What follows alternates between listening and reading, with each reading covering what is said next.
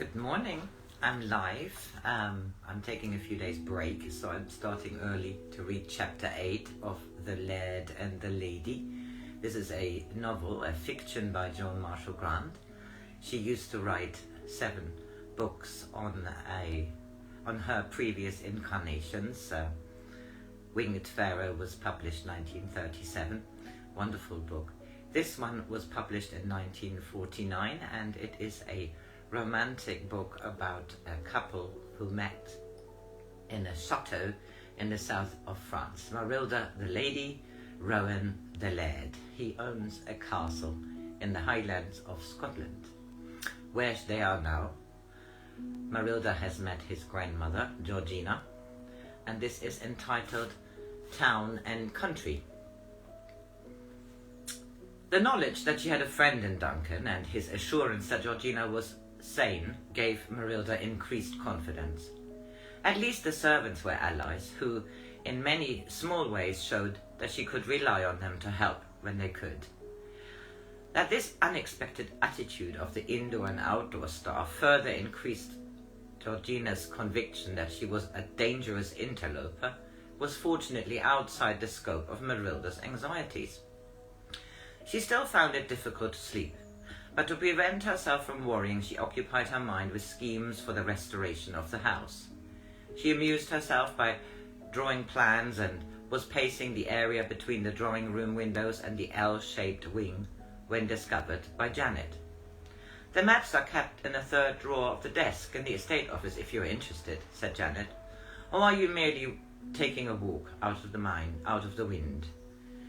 "If you want to know, I'm wondering why anyone could have been so silly as to plant this gloomy thicket so close to the house. I must remember to ask Rowan to have it cut down." "I shouldn't do that. It's rather a delicate subject with him and Georgina, but of course you know the reason. Sorry, I was so tactless as to mention it. One keeps on forgetting. Forgetting that I'm almost a typical stranger to the district. Why not be frank? However, I'm not too dumb to learn. Why were the trees planted? Obviously, I was wrong in thinking it was only to hide an error of taste." "You weren't wrong. In fact, an error of taste is an understatement. That wing was built by Hector's American heiress. Apparently, she thought it would be amusing to have a banquet hall and several more spare bedrooms, as though Cloud wasn't big enough already. However, she was so disgustingly rich that she had to find some way of spending her money. I believe the statues in the Italian garden cost 50,000, and the greenhouses sometimes nearly as fantastic. No doubt her money came in handy," said Marylda. "The Cairdries must have got through it fairly fast, for according to Georgina, the most strict economy is necessary." "Emily ruined Cloud," said Janet with passionate indignation. "It's her fault that half the crofts are empty. Her fault that Cloud employs 1/10 of the people who used to work here. It is difficult for the foreigner to understand. So far as I have discovered, and I'm fully aware that there is a lot of which I'm objectively ignorant." Why is this not working here? Anyway, objectively ignorant. Hector married an heiress who made what she, and presumably he too, considers improvements. You can't blame either of them for following the taste of their generation. Surely it's rather unfair to blame her for the decline in the family fortunes, or did she claim to have better securities than she actually produced?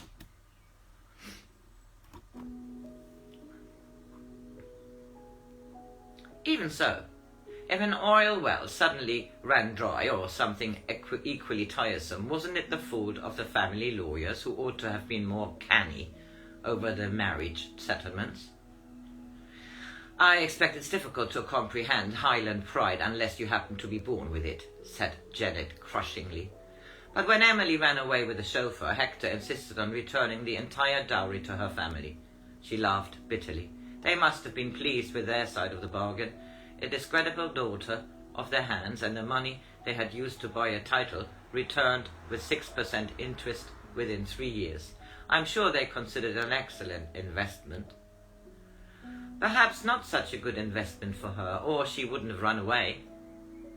He was probably very good looking. The man was French. I expect you know Frenchmen better than I do, said Marylda sweetly. I've only been 2 years in Europe, and I was too busy to notice their special capabilities. Janet flushed. I've never been to France, except through it on the way to Switzerland, before the war. Anyway, she can't have been a romantic, or she wouldn't have taken the Cairdry emeralds with her. But they were heirlooms, so it was worse than ordinary theft. But Hector was too proud to ask her to send them back. Of course he ought to have prosecuted. I believe he quarrelled with his lawyers when they tried to make him deduct their value from the dowry he insisted on returning to America. I'm rather obtuse, but I still don't see why returning a dowry can have made any real difference. Or do you mean Hector had to marry an heiress and picked the wrong one? Janet made a sweeping gesture which included the wing, whose carved pinnacles the trees could not entirely conceal, and the gleam of glass beyond the long grey wall of the kitchen garden. She spent nearly $500,000 on the place. Obviously Hector couldn't send 20 hothouses and a hideous building back to America. He insisted on cash, and it nearly broke him. So you see, Georgina is somewhat prejudiced. Against Americans.